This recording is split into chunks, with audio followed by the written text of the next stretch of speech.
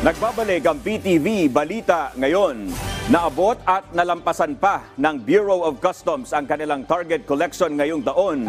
Ayon kay BOC Office of the Commissioner Chief of Staff, Attorney Marlon Agaceta, mula Enero hanggang Nobyembre, mahigit 813 billion pesos ang cash collection ng ahensya na sobra ng mahigit 17 billion sa target na mahigit 795 billion pesos. Naging matagumpay umano ang BOC sa pagkabit ng kanilang target dahil na rin sa pagpupursige ng ahensya sa kanilang mga operasyon. Partikular na ang pagpapaigting ng kanilang anti-smuggling campaign. Nitong Nobyembre lang, mahigit 43 billion pesos na ang halaga ng smuggled goods ang naharang ng BOC.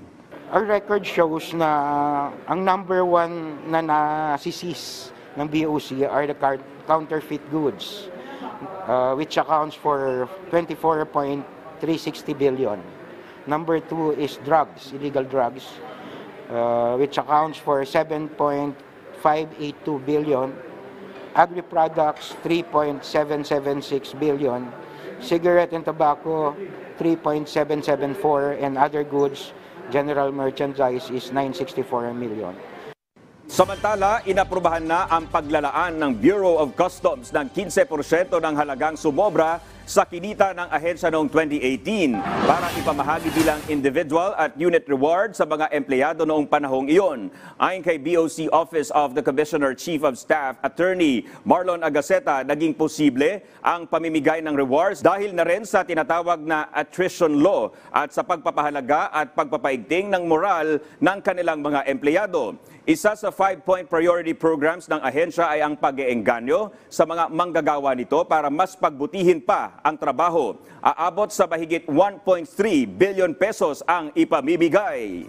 It is the law which provides for yung monitoring of collection performance.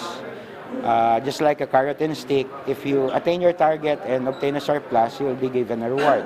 But if you fail to reach the target assigned to you, barring any other justification, matatanggal ka rin naman.